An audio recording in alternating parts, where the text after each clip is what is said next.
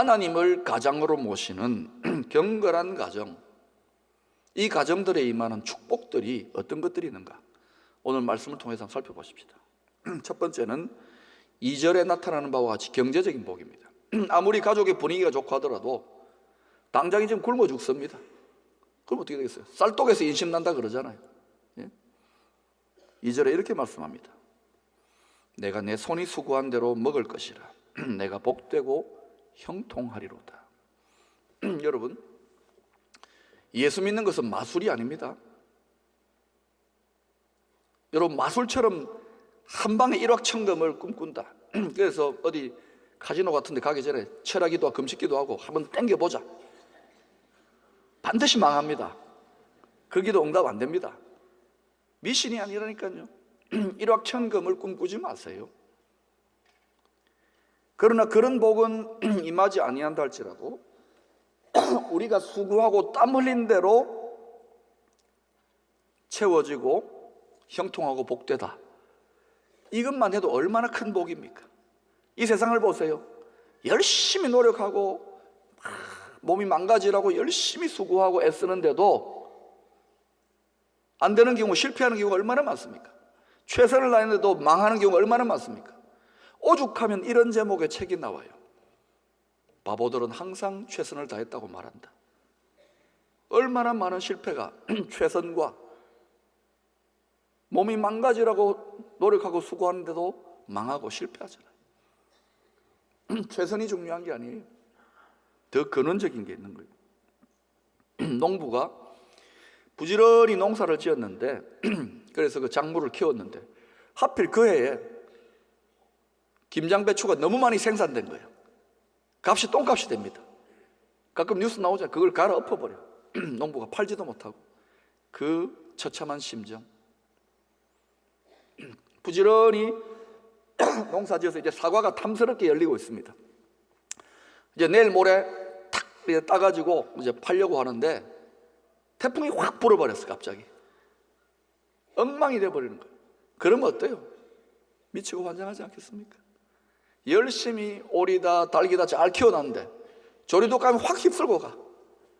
그걸 산채로 매장을 해야 돼. 이런 일들이 농업하시는 분들 속에만 있습니까? 일반적인 경제활동하면서 내가 열심히 고민하고 노력해서 정권 투자를 했는데 하필이면 그때 그 주식이 폭락을 해버려. 내가 열심히 애를 썼는데 사기꾼 만나가지고 돈 다 뺏겨. 성도들 중에 제법 이런 분들이 많습니다. 세상 사람들은 말할 것도 없고. 여러분, 잠언 5장 10절에 이런 말씀이 나오죠.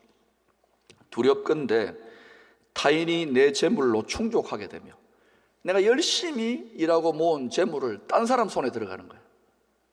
내 수고한 것이 외인의 집에, 다른 사람의 집에 있게 될까 하노라. 이런 일들이 일어나는 거예요. 이런 일을 방지하고 싶습니까? 우리가 수고한 대로 대가를 얻고 노력한 대로 성실의 보상을 받기를 원한다면 하나님과의 바른 관계 속에 하나님을 주인으로 모시고 하나님 뜻대로 살아야 돼요. 이사야서에 이런 말씀이 있습니다. 성실이 없어짐으로 하나님의 백성들이 탈취를 당하는도다. 그때 성실은 하나님 말씀대로 행하는 걸 말하는 거예요. 주의 나라와 주의 의를 구하라. 그럼 이 모든 걸 더하여 주시리라. 그 말씀 앞에 무엇이 있습니까? 무엇을 먹을까? 무엇을 마실까? 먹고 마시는 문제, 하나님 제대로 된 영적인 과학 적용하면 무엇을 마실까? 무엇을 먹을까? 풀어져요. 일확천금은 아니더라도, 수고와 대가지불이 있더라도 풀어져요. 경제적인 복 있습니다. 두 번째로는 하나님을 가장으로 모신, 하나님을 왕으로 모시고 힘써 그 도에 복종하는 가정은 가정이 평안하고 복됩니다. 3절에 그런 가정을 이렇게 표현합니다. 내 집 안방에 있는 내 아내는 결실한 포도나무 같으며, 퉁퉁하잖아요. 결실한 포도나무 같으며,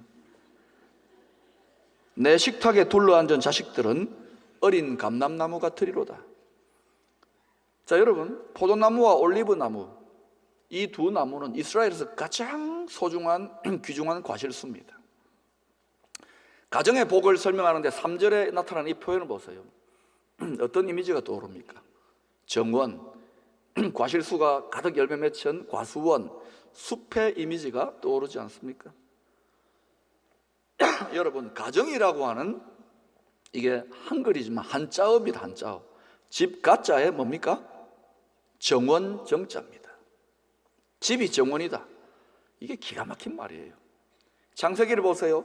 최초의 부부되어 가정을 이룬 아담과 하와 어디에 살았습니까? 신혼 살림을 어디에 차렸습니까? 에덴 동산. 우리 앞에 조경한 거기에 에덴 가든이라고 만들려고 했더니, 이름을 그리 지으려고 했더니 목사님들이 다 반대해요. 목사님, 그건 고깃집 이름입니다.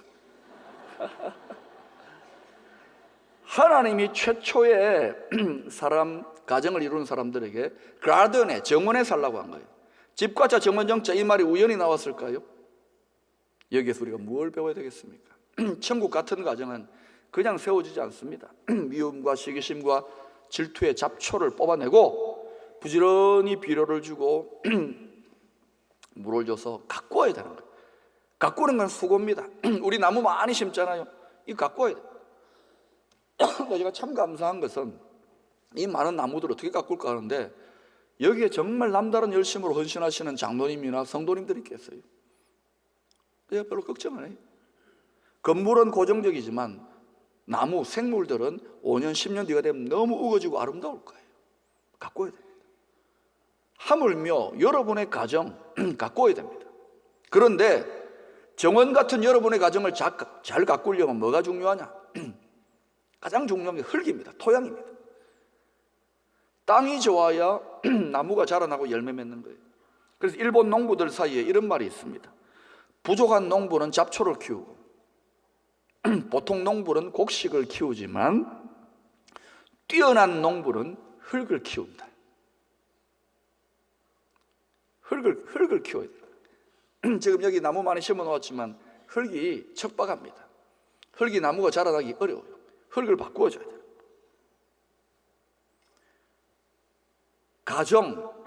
가족 정원, 토양이 중요합니다.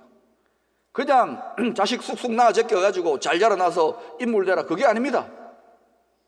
토양을 만들어, 지혜로운 가정은 토양을 만드는 거예요. 천국 같은 가정 되시는 하나님은 토양을 만들기를 원해요. 어떤 토양에서 나무가 잘 자라납니까? 사랑, 격려, 위로, 평안, 이런 것들이 많은 가정. 여러분의 가정의 토양은 어떻습니까? 토양은 땅만을 의미하는 게 아니에요. 왜 땅이 저주를 받습니까? 사람의 영혼이 변질되고 타락하니까. 실제로 땅을 회복하려면 인간의 영혼이 회복돼야 되는 거예요. 성령이 충만해야 되는 거예요. 저는 가정의 신방을 가보면 말 한마디 나누지 않은 성도라도 딱 들어가는 순간 그 가정의 대체로 영적인 분위기나 어떤 가정의 가풍이나 느낌들을 그냥 눈치를 채요. 본능적으로, 직감적으로. 여러분의 가정이 복되고 자녀와 가족들이 풍성하게 행복하기를 원한다. 토양을 바꿔야 돼요. 정신적인 문화, 가풍, 가족의 어떤 분위기가 달라져야 되는 거예요. 그저 한 지붕 아래 있지만은 뭐 일주일 가더라도 말 한마디 안 나누고 얼굴 표정도 쌩쌩하고. 사랑하는 여러분, 사람이요 그냥 아무 말 안 하고 인상만 쓰고 있고 그 얼굴만 봐도라도 그게 독이 됩니다. 알겠습니까? 이래 쳐다보면은요, 남편 죽이는 방법 가르쳐 드릴까요? 그냥 이러고 인상 쓰고 가서 있으면은요, 가족들끼리 서로 죽이는 거예요. 그런 가정들이 오늘 얼마나 많습니까? 가정 천국이 아니죠. 지옥같이 바뀌어가는 거예요. 흙을 바꾸세요. 가정은 정원입니다. 수고하셔야 돼요. 지금까지 그런 수고 안 했다면은 부지런히 수고하셔야 돼요. 특별히 가장들 하나님께 배우세요. 세 번째는요, 건강과 장수의 복이 임한다고 합니다. 6절에서 이렇게 선포합니다. 내 자식을 볼지어다. 이스라엘에게 평강이 있을지로다. 아까도 우리 영상으로 3대, 4대 가정을 보셨는데, 우리 기쁨의 교회는 한 70년가량 된 교회니까 4대, 3대, 그러니까 함께 신앙생활하는 교회가 있어요. 이제 얼마 있지 않으면은 우리 은퇴하신 장로님 중에 99세가 되는 어르신이 계십니다. 저도 미처 몰랐는데 한 분 장로님이 저한테 아이디어를 주셔가지고, 그리고 그 과정은 4대가 함께 신앙생활해요. 한 교회를 다닌다. 너무너무 아름답고 복된 거예요. 오늘 말씀대로 되는 거예요. 그래서 이건 교회적인 잔치를 열어야 되겠다. 여러분, 정말 신앙생활 올바르게 하고 하나님 앞에 경건하게 자손들에게 신앙을 물려주면 건강과 장수의 나무가 잘 자라게 되어 있는 거예요. 토양이 좋으니까. 잔치할 때 오세요. 네 번째로는 공동체적인 민족적인 복입니다. 5절에 이렇게 증언합니다. 여호와께서 시온에서 내게 복을 주실지어다. 너는 평생에 예루살렘의 번영을 보며, 개인과 가정의 복이 평생의 예루살렘, 이스라엘 민족을 말합니다. 민족적인 국가적인 번영을 보게 될 것이라는 거예요. 여러분, 개인의 운명이 공동체와 나라 민족 전체와 연결됩니다. 이번에 세월호 참사로 우리가 그걸 느끼잖아요.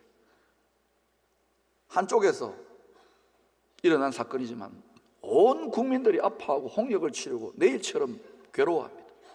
연결되어 있는 거예요. 여러분, 울산에 가면은 수많은 공장들이 있는데, 제가 친구 때문에 한번 방문을 했더니 곳곳마다 공장벽에 재미있는 글귀가 붙어 있어요. 뭐라고 써 있느냐? 내가 잘 되는 것이 나라가 잘 되는 것이고, 나라가 잘 되는 것이 내가 잘 되는 것이다. 물론 일 열심히 하도록 부추긴 측면도 있겠지만 그건 맞는 말입니다. 개인과 공동체, 개인과 나라가 연결되는 거예요. 하나님이 우리 개인을 보고 뭐라 합니까? 거룩한 나라다라고 나라다. 여러분 개인이 천국이에요. 개인 국가예요. 이것이 역사를 보세요. 이것이 확장되어 가지고 시족국가, 부족국가, 민족국가, 다민족국가, 거대한 국가로 연합되어지는 거예요. 사랑하는 여러분, 한번 따라해 볼까요? 내가 잘 되는 것이 기쁨의 교회가 잘 되는 것이고, 여기까지는 크게 따라 하더라고요. 그 다음에는 좀 약해져요. 한번 보겠습니다. 기쁨의 교회가 잘 되는 것이 내가 잘 되는 것이다. 우리 가정이 잘 되는 것이다. 여러분, 교회 한 번씩 1년에 한두 번 나오고 이러는 분들은 지금 교회 옮겼는지도 모르는 분들이 있어요. 담임 목사가 누군지도 몰라요. 예? 그런 분들은 교회하고 공동 운명체가 되지 못해요. 그러나 여러분, 분명히 기쁨의 교회 하나님 앞에 크게 복 주시고 될 겁니다. 믿습니까? 그러면 여러분이 이 공동체와 운명 공동체로 연결되었다고 믿고 그렇게 살아가는 분들, 주인의식을 갖고 살아가는 분들은 교회의 축복이 여러분이 흘러갑니다. 그러나 옮겼나 이러고 담배꽁초 보고도 마음 아프지도 않고 누가 치우겠지 이런 마음 가지고 봉사자가 부족하다고 이렇게 목이 메어 불러도 냉정하게 반응도 없고, 주차가 섬김이다 그래도 아무런 관심이 없고, 너무 목사 같은 말 해서 미안합니다. 이건 여러분 진리거든요. 그래서 여러분, 좋은 대학이나 좋은 직장 가는 것보다도 좋은 교회, 좋은 공동체를 만나는 게 복인 거예요. 왜? 운명이 연결된다고요. 특히 신앙생활 열심히 하는 분들, 교회 중직자들은 특별히 그렇잖아요. 여러분 70년 역사 속에 교회가 힘들고 어려웠을 때를 생각해 보라고요. 이거 잘 지켜야 되는 거예요. 담임 목사 알아서 하겠지, 목회자 알아서, 아니에요. 여러분 모두의 자그마한 티끌 같은 노력들이 모여서 태산을 이룹니다. 큰 부흥은 태산 아닙니까? 어떻게 이룹니까? 여러분 개인의 섬김을 통하여 되는 거예요. 되는 집이 되면 여러분과 연결됩니다. 따라합시다. 기쁨의 교회가 잘 되는 것은 우리 집이 잘 되는 것이다. 내가 잘 되는 것이다. 그렇게 믿으세요. 그 마음 하나님이 기뻐 받으시는 줄로 믿습니다. 우리 교회에 속하지도 않은 서울에 사는 집사님이 자기가 10년 동안 애지중지 모은 고가구를 다 기증을 합니다. 여러분 보고 좋네 그러고 생각하면 안 돼요. 부끄러워야 되고 배워야 됩니다. 갖고 와야 되는 거예요. 여러분 이 교회에 속한 주인들인데. 그래서 5절에 보면은요, 이와 같은 가정, 경제, 또 건강, 장수, 공동체적인 민족적인 복이 어디에서 주어지느냐가 나와 있는데 5절에 보니까 시온에서 내게 복을 주실 것이다. 이 시온이 뭡니까? 시온, 복 주는 장소. 하나님이 복을 주시는 장소가 있는 거예요. 복 주시는 장소. 시온은 다른 것이 아니라 지리적으로 공간적으로는 예루살렘 성을 말하는 거예요. 시온 산성, 예루살렘 성. 그러나 영적으로는 하나님의 성령의 임재가 임하는 우주의 통치자인 하나님의 보좌가 땅에 거하는 지성소, 하나님의 은혜의 보좌, 시온좌, 은혜 베푸고 축복 베푸시는 자리가 있는 거예요. 그러면 공간적 지리적으로는 예루살렘이지만은 우리가 어디에 있든지 간에 성령의 강력한 임재, 하나님의 영적인 통치가 임하는 자리가 복받는 자리예요. 그러면 여러분, 이 죄 많고 문제 많은 세상, 삭막한 세상 속에서 도대체 어디에서 성령의 강력한 임재와 통치가 임할 것 같습니까? 그 보좌가 어디일 것 같습니까? 성경에 보니까 시편에 이스라엘 백성들, 하나님의 백성들의 찬송 가운데 하나님의 보좌가 임한다 그랬어요. 성도들이 모여서 신령과 진정으로 예배드리는 교회, 그 예배의 현장이 21세기 오늘날의 시온 아닐까요? 교회에서 예배의 자리에서 복을 주시는 거예요, 하나님이. 그래서 여러분, 예배를 우습게 여기고 예배를 소홀히 여기고 1년에 한두 번 오면서 신앙생활을 하면서 복 받겠다, 잘 생각해 보시라고. 여러분, 교회의 정말 모든 면에서 온전한 축복, 한두 가지가 아니라 홀리스틱 블레싱, 열쇠꾸러미 같은 복을 받은 성도들을 보라고요. 예배를 소홀히 여기지 않습니다. 예배 가운데에 정말 전력 투구를 하는 거예요. 신령과 진정으로 예배 드리는 거예요. 여러분, 제가 기쁨의 교회에서 지난 10년간 목회하면서 여러분 예배를 한 예배라 소홀히 여기던가요? 최선을 다하려고 하는 거예요. 우리 부목사님들 물어보세요. 왜냐? 이것이 저 개인에게도 복되지만 성도들이 복을 받는, 왜? 하나님께서 그 성령의 임재, 하나님의 통치의 보좌가 임하는 그 현장에서, 그 시온에서 복을 내리시기 때문에 그래요. 그러니 여러분, 여기에서 복을 받고 하나님 은혜를 경험하고 나면 그 다음에 어때요? 그 신앙을 적용하는 자리는 세상인 거예요. 가정이고 직장인 거예요. 학교인 거예요. 근데 성도들이 여기에서 제대로 복을 누리지 못하고 그러면 어때요? 교회 와가지고 피난처처럼 생각하는 거예요. 여기 와가지고 그냥 여기 자꾸 살려고 그래요. 왜? 세상에 나가서 신앙이 적용은 되니까. 그러면 안 됩니다. 우리 모두의 진정한 신앙의 현장은 가정이요, 집이요, 학교입니다. 세상입니다. 우리가 정말 복을 받고 은혜 받으면 여러분 가정이 천국같이 바뀌어져야 정상입니다. 안 된다, 그럼 뭔가 지금 내 신앙생활에 문제가 있는 거예요. 교회 열심히 넣는 젊은 집사님 부부가 있었습니다. 그런데 어느 날 그 부인 집사님이 이불보따리를 싸들고 교회로 아예 오시는 거예요. 목사님이 이상해 보이잖아요. 그래서 물었어요. 아니 집사님, 무슨 일입니까? 뭐 피난 왔습니까? 그랬더니 이 부인 집사님 하는 말, 목사님, 우리 남편은 교회만 오면 천사로 바뀌는데 집에만 들어가면 마귀로 바뀝니다. 그래서 천사하고 계속 지내고 싶어서 아예 교회에다가 집을 짓고 살려고 왔습니다. 우리 교회 이런 분들 없기를 바랍니다. 이중적인 신앙이 우리의 문제 아닙니까? 여러분, 교회에서 만나보면 대부분 다 미소 짓으면 잘 지냅니까? 잘 지냅니다. 집에 가면 어때요? 얼굴이 확 굳어지고. 예? 왜? 집은 우리의 가면을 벗는 자리 아닙니까? 거기서도 잘해야 되는 거예요. 저는요 집에 야당을 키우고 있어요.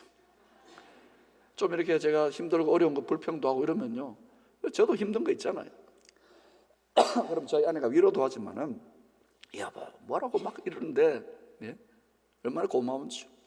그러면서 제가 저 자신을 추스리는 거예요. 예? 왜? 교회에서, 강단에서는 여러분 안녕하십니까 하고 좋은 소리 하고, 집에 가서는 엉망진창이고 폭군이고. 물어보세요, 진짜 그런지. 그러면 안 되잖아요. 예? 그러니까 여러분, 교회의 신앙이 여러분의 가정에 적용돼야 돼요. 그래야 가정 천국이 됩니다. 여러분, 사람들 하면 성도들 보면 믿음이 다 천차만별입니다. 어떤 분들은 지난 몇 달간 교회 잘 가꾸고자 교회 사시는 분들이 있습니다. 새벽부터 저녁까지. 너무 감사하죠. 이제 좀 정착되고 정돈되면 이제 다 집으로 돌아가세요. 그런데 여러분, 왜 가정이 너무 중요하니까. 그러나 여러분, 어떤 분들은요, 내가 아까 이야기했지만 교회 이사 간 줄도 모른다니까. 1년에 서너 번, 오늘 아마 가족데이라고 하면 왔잖아요. 1년에 서너 번 나와가지고 교회 잘했네, 수고 많이 하네, 이런 정도의 느낌으로 오시는 분들은 잘 모를 거예요. 신앙이 천차만별입니다.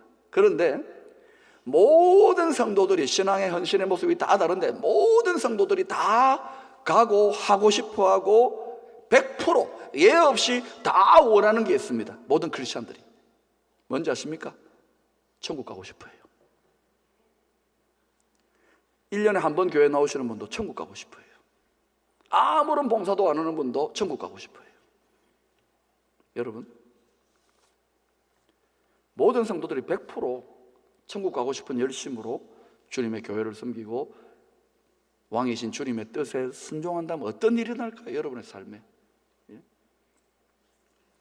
신앙생활은 여러분 1년 2년 해가지고 열매 보려고 하면 안 됩니다. 적어도 한평생 믿어보세요. 10년 계속 해보세요. 나무를 심어도 과실수는 몇 년 지나야 열매를 맺습니다. 10년, 20년, 50년 된 과실수는 주렁주렁 맺히는 거예요. 우리 교회에 그런 어른들이 많습니다. 보면은 여러분 부러워만 하지 마시고, 저도 여러분 어떤 의미에서 1대 신앙인 아닙니까? 3대, 4대 신앙의 과정에서 모태신앙으로 성장하는 분인데도 그것을 자유를 빼앗긴, 왜 우리 부모님은 교회 다니고 예수 믿어가지고 나를 이고생시키나로 생각한다면 정말 다이아몬드를 갖고 있으면서도 그것을 유리구슬처럼 생각하는 분이에요. 저는 너무 부러운데요. 사랑하는 여러분, 여러분 중에 나홀로 교회 외롭게 신앙생활하는 분들 있습니까? 10년, 20년 주님을 잘 섬겨보세요. 그러면 여러분 가정에도 숲이 우거지고 열매 맺는 복된 역사들이 나타날 줄로 믿습니다. 1940년대 너무너무 힘들고 일제시대 만렙이잖아요. 너무너무 먹을 거 없고 이럴 때에 한 어머니가 자식들을 키우는데 너무너무 힘들잖아요. 그래서 그 주렁주렁 낳은 자식들을 콩나물 행상하면서 이제 키우는데, 이 어머니는 시장이 문을 열기 전에 새벽 미명에 나가는 거예요. 왜? 종소리를 듣고 나가는 거예요. 아들이 왜 저러나 하고 보니까 새벽에 교회에서, 요즘은 그런 종소리 하면 종 땡땡 치면 새벽 기도할 시간이라고 알리는 그 종소리에 새벽 4시면 깨어나가지고 콩나물 그거 바구니 이고지고 가가지고 그거 놓고 교회에서 기도하고, 그 다음에 날이 밝으면은 이제 시장에 가서 콩나물 팔아가지고 자식들 먹여 살려서 다 장성한 거예요. 우리 옛날 어르신들 그렇게 자식들 다 키우셨지 않습니까? 그런데 자식을 고생고생해서 잘 키운 것만이 능사가 아니라 이 어머니에게 비밀이 뭐가 있습니까? 새벽 종소리에 자식을 위해, 가정을 위해 눈물로 기도했다는 거예요. 토양을 만들었다. 영적인 토양, 무럭무럭 감람나무가 열매 맺는 토양을 만들었다는 거예요. 자식들은 다 잘 됐습니다. 그 아들은 특별히 회사를 창립하게 되었는데 제약회사를 만들게 됐습니다.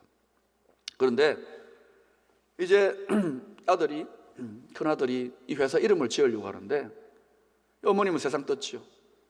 하나님께 기도하는데 이런 질문들이 문득 떠오르는 거예요. 내가 열심히 살아왔지만 어떻게 내가 이렇게 고비고비마다 누가 도우시고 이렇게 큰 복을 누리게 되었나?